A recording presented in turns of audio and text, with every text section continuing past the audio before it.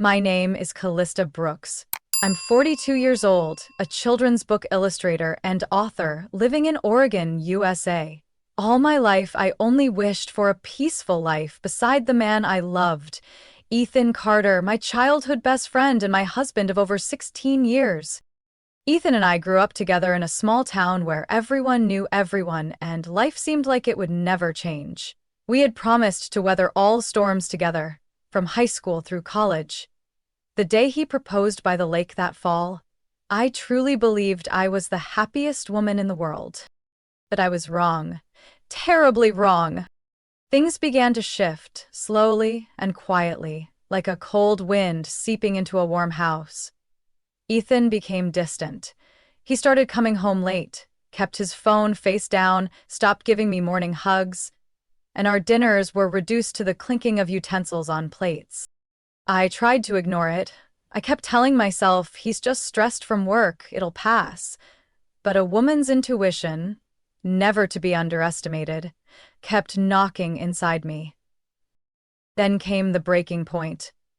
One cold October afternoon, after nearly a month of him being away on a business trip without a single call, Ethan returned and handed me a divorce attorney's business card. No greeting, no "are you okay?" He dropped the card on the table like it was trash. "I want a divorce. You don't work, so I'll send you $1,200 a month in alimony. That should be enough, right?" he said with a smirk that chilled me to my core. I froze.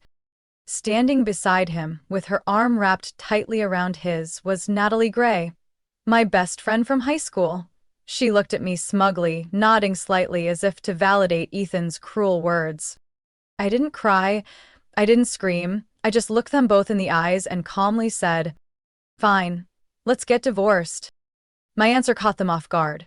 Maybe they were hoping to see me collapse, beg, or throw a dramatic fit like in some soap opera.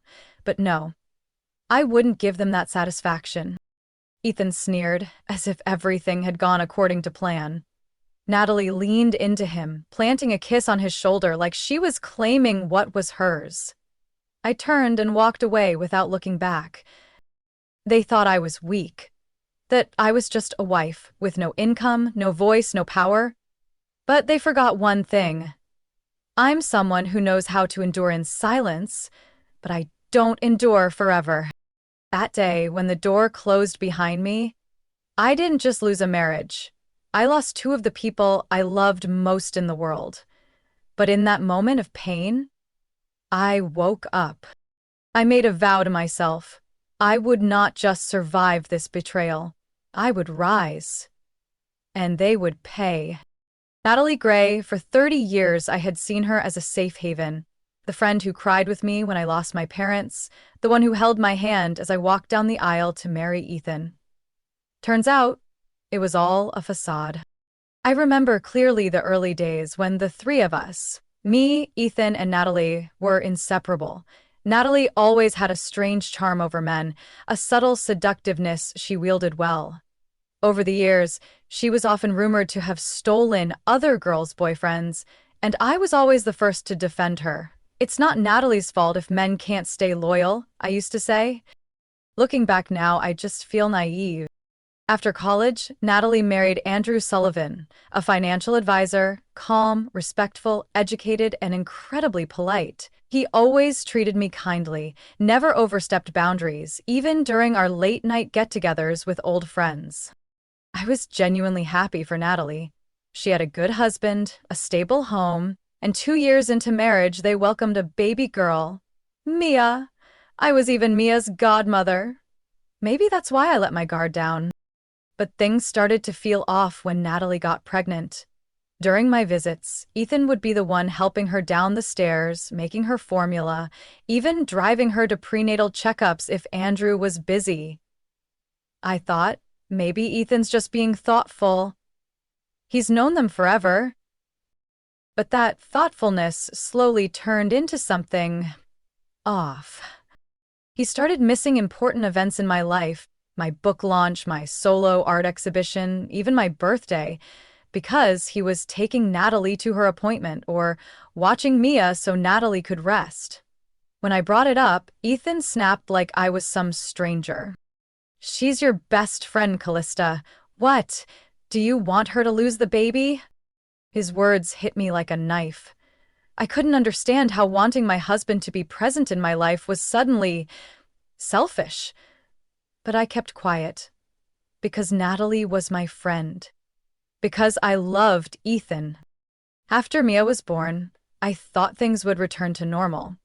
But no. Ethan only got more involved.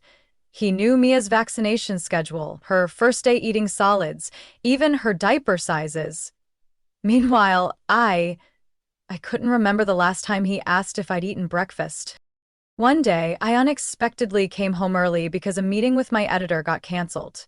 As I stepped into the living room, I saw Ethan's phone open to his messaging app. I hadn't planned to snoop, but my eyes accidentally caught the message glowing on the lock screen. "Natalie, are you picking Mia and me up tonight? Andrew said he has to work late." My hands trembled, my mind spun. It could still be friendly. It could still be just concern. But deep down, I knew things had gone way too far. I started paying closer attention. They were meeting up 3 times a week, sometimes even spending the night. Because Mia cried all night and couldn't sleep? Ethan began hiding finances, cutting household expenses, yet strange charges started showing up. A boutique hotel in Portland, a small jewelry store no one had heard of. I tried to stay silent. I thought maybe if I didn't question it, things would sort themselves out. But no, the truth just grew like a shadow, pressing heavier on my chest with each passing day. I no longer saw Natalie visiting the house, but I did see Mia's toys appearing in Ethan's car trunk. One day, I found a messy crayon drawing in his coat pocket that said, "Daddy." But I don't have a child. Ethan and I never had one. It felt like I was living in some distorted dream. My best friend, my husband, and a child who looked so much like Ethan it gave me chills. I started to question everything around me. Then, at a reunion with old friends, where Natalie conveniently didn't show up with Andrew, someone casually asked me, "Hey, why didn't you come with Ethan tonight? I saw him having dinner with Natalie on Main Street just yesterday." I didn't answer. I just smiled, a stiff, frozen smile like a mask. And in my mind, only 3 words remained. I was betrayed. From the moment I discovered that strange message on Ethan's phone, I felt like I was walking a razor-thin line between sanity and madness. Ethan grew more irritable, snapping at everything, from a towel I misplaced in the bathroom to forgetting the right kind of coffee he liked. One time, he stared at me coldly and said through clenched teeth, "All you ever do is draw and write. Do you even notice your husband anymore?" I stood there, stunned. That sentence echoed in my head for hours. A man who no longer loved me was now playing the victim. Ethan was no longer the man I once loved. Every time I looked into his eyes, the warmth I knew was gone, replaced by annoyance, detachment, and guilt. I knew I needed proof. I needed the truth. And fate brought me the most unexpected ally, Andrew Sullivan, Natalie's husband. It was a Friday evening. I was organizing a new manuscript to send to my publisher when my phone rang. The name Andrew flashed on the screen and I froze. We rarely ever spoke directly. "Callista, I'm sorry if I'm intruding, but I think we need to talk about Ethan and Natalie." I didn't reply right away. My hands tightened around the phone. We met at a quiet cafe, tucked inside an old greenhouse, rarely crowded. Andrew looked thinner, more worn out than the last time I'd seen him, his eyes filled with concern, but also quiet resolve. "I think they're having an affair," Andrew said, his voice low. I didn't have solid proof until last week. He explained how Natalie had gone out repeatedly with excuses like parent-teacher conferences or taking Mia to the doctor. He started to feel something was off. After all, what kind of man takes another man's pregnant wife to doctor visits weekly? Unless there's something personal going on. So Andrew installed a GPS tracker in Natalie's car. And the result was exactly what I feared. Natalie frequently stopped at a small apartment about 15 miles from downtown, someplace none of our friends knew about. She stayed there for hours, usually when Ethan claimed to be meeting clients. Andrew showed me a full log of GPS history. Every stop matched the days Ethan didn't come home for dinner. The apartment was rented under a third party's name, but I hired a private investigator. They sent me photos. He paused for a moment, then placed a manila envelope in front of me. I didn't open it. I didn't need to. Just the look in Andrew's eyes told me everything I'd been afraid to admit was true. After a long silence, I finally spoke. I don't want Mia to be hurt. She's not to blame. Andrew nodded. I feel the same. Whether she's mine by blood or not, I still see her as my daughter. We sat there for a long time, like two wounded soldiers patching each other up. In the end, we made an agreement. We wouldn't act right away. We'd wait until Mia was a bit older, old enough to understand and handle the truth caused by the adults around her. But that didn't mean I would stay silent forever. I began planning quietly, step by step. I transferred all financial accounts into my own name, hired a private attorney, and ramped up my writing projects to gain financial independence. I even opened a hidden bank account, completely separate from Ethan. All new royalty payments went there. Not a single penny touched our joint account. Each night while Ethan slept beside me, I stayed up reading Oregon's divorce laws, taking notes on my rights, spotting loopholes he might exploit, and working with my accountant to prepare for any moves he might make. Outwardly, I still played the quiet, gentle wife, as if I suspected nothing. But inside, I was burning with one fierce determination. I would never let myself become a victim again. Just 2 months after that fateful meeting with Andrew, I began noticing strange symptoms in my body. At first, it was fatigue that wouldn't go away, then persistent insomnia, followed by a dull, lingering ache in my lower abdomen. I assumed it was stress from work or emotional exhaustion. But one morning, I collapsed right in front of my easel. That's when I knew something was seriously wrong. The hospital diagnosed me with a rare autoimmune condition, a progressive form of chronic inflammation, which required long-term treatment and regular hospital stays. The doctor said I could still write if I kept my spirits up, but my health would gradually decline. Some treatment cycles could last for weeks, even months.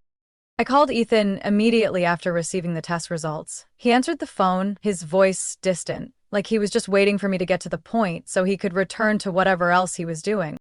What's the illness? Is it serious? Ethan, I'll have to be hospitalized. Over the next few months, I might need a bit more support from you. He cut me off. I'm in a meeting. Can we talk later? Then he hung up.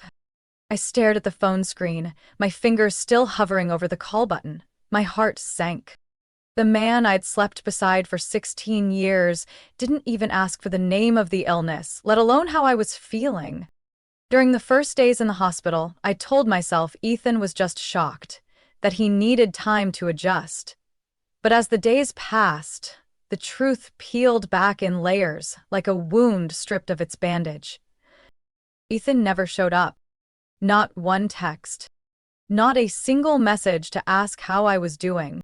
The ones who came to care for me were nurses, doctors, and strangely enough, Andrew and little Mia. Mia, the girl I'd always loved like my own, visited me daily with wildflowers plucked from the hospital gate and short stories I'd handwritten for her years ago. She still smiled, still called me Mama Cal, and wrapped her small, warm arms around me like a safety blanket. Until one afternoon, her 15th birthday. She came to the hospital later than usual, her face thoughtful, and for the first time, she didn't bring a gift like she always had. I was about to ask when she quietly sat beside my bed, eyes fixed on my face. as if trying to read every thought behind my silence. Mom, I need to ask you something, but I'm scared it'll hurt you. I gently held her hand and forced a smile. What is it, Mia? She bit her lip for a long time. Then, finally, like the words had been building up too long to hold back, is it true? I'm not actually Dad Andrew's daughter? My whole body went cold. The air in the room turned unbearably heavy. I tried to stay calm. Why would you think that? Because I overheard a phone call today. It was from Ethan. He told Mom Natalie, she's definitely mine. And then Mom Natalie screamed at him, telling him never to bring it up again. I couldn't say a word. There was nothing left to hide. I heard it all, Mom. But I just need to know one thing. If I'm not really Dad Andrew's daughter, will you still love me? I didn't answer right away. I sat up, wiped my tears, then hugged Mia, holding her as tightly as if I were afraid of losing her forever. You're my daughter, Mia. No matter whose blood runs in your veins, that will never change the love I have for you. Mia burst into tears in my arms. I knew, from that very moment, her young heart had broken once, but it was also beginning to heal. When Andrew found out, he wasn't angry. He simply held Mia and said, "You are the one I love most. I don't need a test to know. I am still your dad." That night, I lay in my hospital bed with a heavy heart. Ethan and Natalie hadn't just betrayed me, they had stolen the truth from an innocent child. But I wasn't as weak as they thought. I would continue treatment, keep writing, and prepare, step by step, for the day I could stand tall again, not just to live, but to claim justice for myself and for Mia. I never imagined I'd one day be sitting in court, facing the man who once swore to love me for life, and the best friend who once promised to be by my side no matter what. And yet, there they were. Ethan and Natalie, dressed to perfection, seated side by side like a happy couple from a magazine, now demanding that I split assets with them. More specifically, they were demanding I give up the house, a home under my name where I'd lived for nearly 15 years, a home that held my earliest manuscripts, countless sleepless nights completing my first children's book, and yes, even my shattered dreams. I think, Ethan said to the attorney with a voice full of fake concern, given Callista's current health condition, she's no longer capable of managing the house. It's best to transfer it to me and Natalie so we can care for Mia. And about support payments, Natalie chimed in, lips pressed into a fake smile. We agreed on a fair monthly amount. Callista still has book royalties, income from her picture books, animation deals. She can afford it, right? I stared at them both without blinking. It was shocking how little they thought of me. Calmly, I placed my hand on the file I had prepared, pulling out a notarized document. The house on Westlake Avenue? I sold it 3 weeks ago. The room fell silent. Ethan blinked repeatedly, as if he hadn't heard me correctly. What? It's been in my name since before the marriage. It was never part of our joint assets. I had every legal right to do what I pleased with it, I said, as if discussing the weather. My attorney smiled and gently slid a copy of the ownership transfer toward them. That home now belongs to a young couple. They move in next week. You two should pack up your things quickly. Wait, Ethan stammered. I thought... What did you think, Ethan, that I'd sit around and wait for you to strip away everything I'd built over the past decade and a half? Huh? Natalie's face turned pale. She stood up, ready to say something, but I raised my hand to stop her. We're not done yet. About the support payments, you suggested $3,000 a month? I never agreed to that.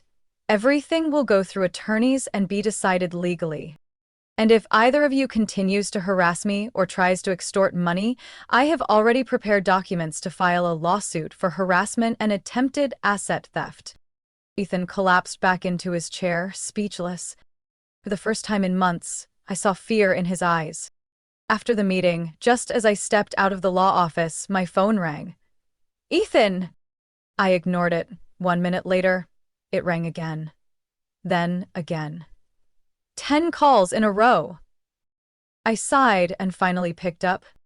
Callista, you can't do this. You're really gonna throw us out on the street? You're not the woman I used to know. You're right. I'm not the gentle, obedient woman you used to control so easily anymore. I hung up. 10 minutes later, Natalie texted me. Callista, you used to be my best friend. How could you be so cold? We can still start over. I didn't reply. I simply took a screenshot and forwarded it to my attorney. 3 days later, the apartment officially changed owners. I moved all my personal belongings into a small unit near the hospital, a place that made it easier to monitor my health, and just down the road from Andrew and Mia's home. I didn't bring anything that had ever been touched by them. I wanted to start over, from zero. But a clean, strong, and independent zero. The next morning, the real estate agent called me, sounding uneasy. There's a couple standing outside your old house, yelling and demanding to get in. We had to call the police. I gave a slight smile. Let the police handle it, they don't belong there anymore. About a week after selling the house, I received a call from Sylvia, Ethan's mother. Callista, I'd like you to come by the house this weekend. There are a few things I think we need to talk about. I was silent for a few seconds, then agreed. I had always had a good relationship with my in-laws. Even as Ethan changed more and more, Mr. and Mrs. Carter continued to treat me like their own daughter and never showed favoritism toward Natalie, even when she would drop by pretending to be a concerned visitor. I arrived at the old Carter family home on a gloomy Saturday afternoon, as if even the weather sensed something unpleasant was about to happen. As I stepped into the living room, I saw Ethan sitting with his head down, face pale. Natalie sat beside him, lips pressed tight, her eyes darting around nervously. My in-laws, Douglas and Sylvia, stood across the room, their expressions barely concealing their fury. Do you have anything to say, Ethan? Douglas asked sharply, pointing toward me.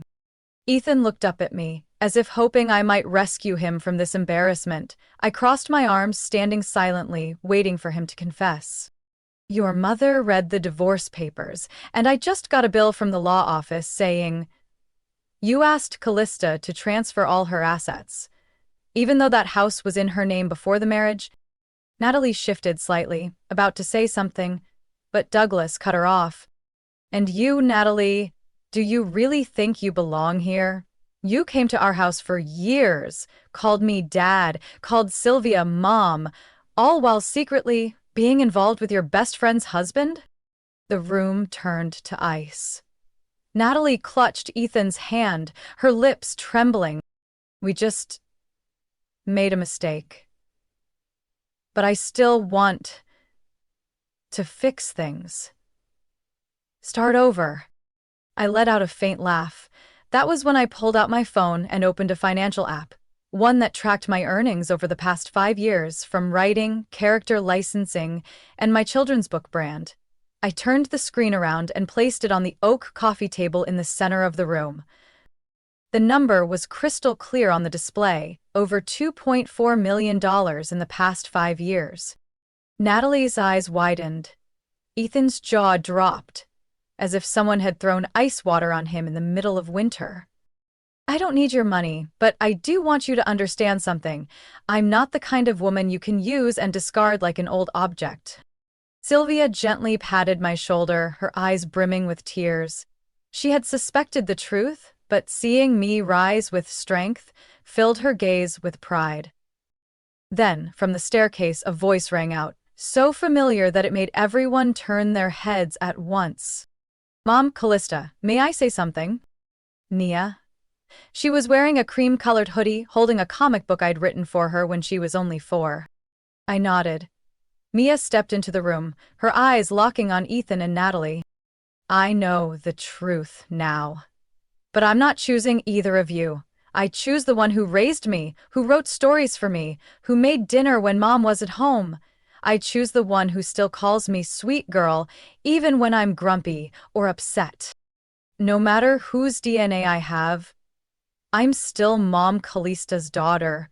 And my dad, he's Dad Andrew. The room fell dead silent. Natalie's mouth hung open, ready to object, but no words came out. Ethan rubbed his forehead like he'd suddenly gotten a migraine. Mia came to my side, held my hand, and whispered, I already told Dad Andrew, no matter who I am, he's the one I trust. And you, Mom, you're the one I love the most. I hugged her. In that moment, all the pain melted away. It wasn't money or legal victories. It was Mia's choice that told me I had taken the right path. Just as I was about to leave, Natalie suddenly rushed over and grabbed my hand. Callista, you were right. You're smart, strong. But if there's a way we could start over, just as friends, like before. I pulled my hand back and smiled softly. Friends don't stab each other in the back, Natalie, and the past should stay exactly where it belongs. The news spread faster than I expected. Less than a week after that meeting at Mr. and Mrs. Carter's house, Ethan was officially fired by Mr. Douglas, his own father, and the chairman of the company, during a closed board meeting. No one was surprised. For the past 5 years, Ethan had claimed he was handling strategic clients to explain his extended absences. In reality, he had been using his boss's son status to avoid responsibilities, even taking Natalie along on so-called business trips that were nothing more than disguised getaways. Mr. Douglas could no longer tolerate his son parading his mistress around the office while abusing his position to hide their affair. I've been too lenient with him, he stated firmly in front of the staff. Now he'll learn the value of a dollar earned through real work.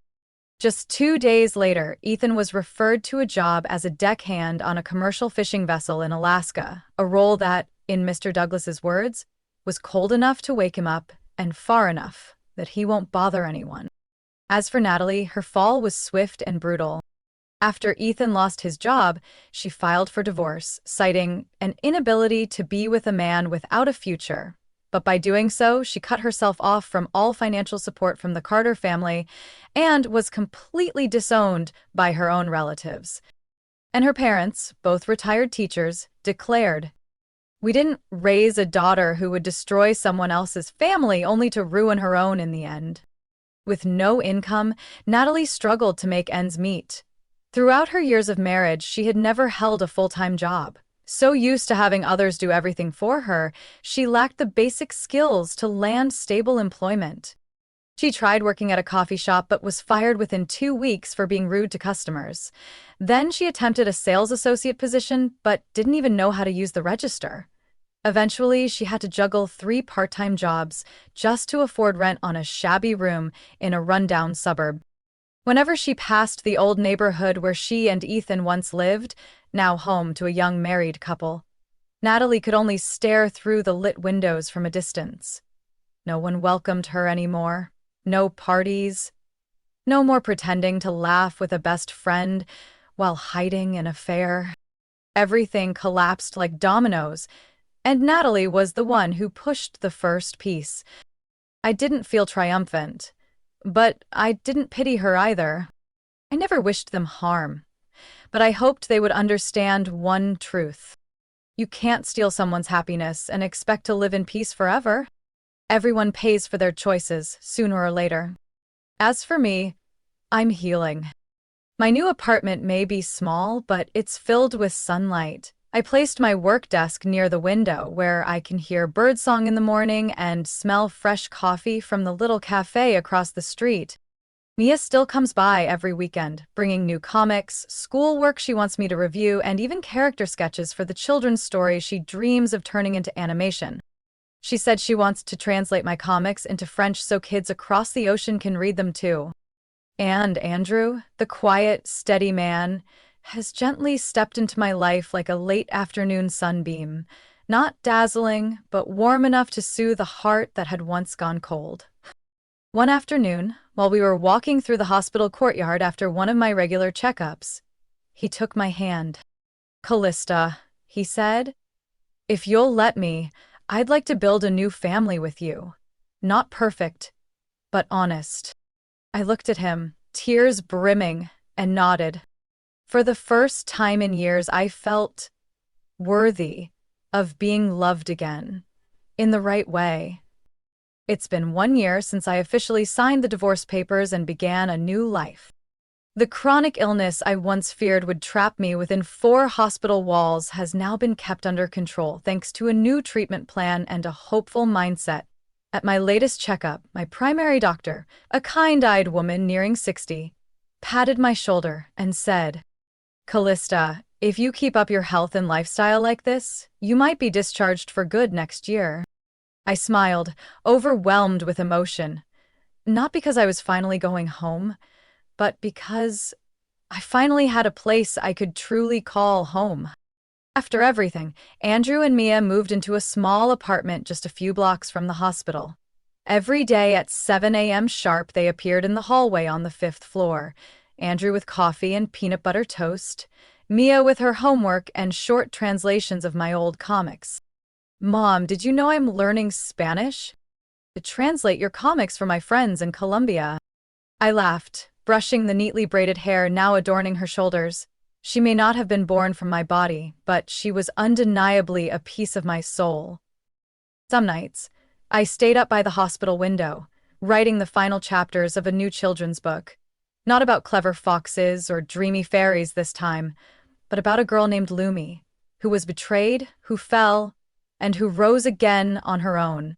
Lumi became a symbol of resilience and forgiveness in my world, just as I was learning to forgive myself and my past. One early spring evening, as cherry blossoms began blooming outside my hospital window, Andrew brought me a drawing Mia had made.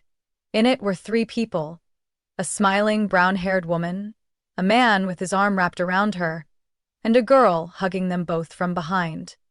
Scribbled in the corner were the heartfelt words, "Family is the people who love you unconditionally." I looked at Andrew. He quietly pulled a red velvet box from his pocket. "Callista, I'm not trying to rush anything, but I want to ask, if one day you leave this hospital, would you want to start over with me?" I didn't answer right away. I looked into his eyes. Deep, sincere. I thought about everything. The nights I collapsed in the hospital, the silent days after Ethan left, the pain Natalie left behind. And then I saw it. Trust. I don't know if I still believe in marriage, but I believe in you. The ring didn't go on my finger that night, but my nod was enough for him to hold my hand. Not as a promise, but as a certainty. We had chosen each other, imperfect but honest. That September, I was discharged from the hospital. On the day I left, nurses lined the hallway, waving goodbye. My doctor handed me a bouquet of sunflowers and a card that read, "Thank you for showing us that a strong spirit heals more than medicine ever could." I moved in with Andrew and Mia. In that small apartment, I had a corner of my own. A space where I kept creating, weaving whimsical worlds for children. Lumi Returns to the Light was later picked up by a French publisher for an animated adaptation and now airs on a European children's channel. Mia appointed herself as my unofficial translator and joked, "Someday, I'll be your brand manager, Mom." And Andrew, each evening, read my newest drafts, offering the kind of feedback only he could. I think this chapter needs a talking owl. Like me, talks too much, no one listens. We'd all burst into laughter together. No wine, no candles needed. Just a simple dinner, laughter echoing through our little kitchen, and a heart that had finally healed. I, Callista Brooks, was once betrayed. I once thought I had nothing left, but it turns out all those cracks simply let the light in. And that light led me to real happiness. My story is proof that even after betrayal, heartbreak, or losing everything, a woman can rise again, stronger and wiser. True happiness doesn't come from others. It begins with our own strength and self-worth. When we stop clinging to the past and let go of those who never deserved us, life opens new doors, ones filled with genuine love, true family, and healing light from the simplest things. What do you think about Callista's choices and the ending for those who betrayed her? Share your thoughts below, and don't forget to follow the channel for more powerful, emotional, and meaningful real-life stories about family and life.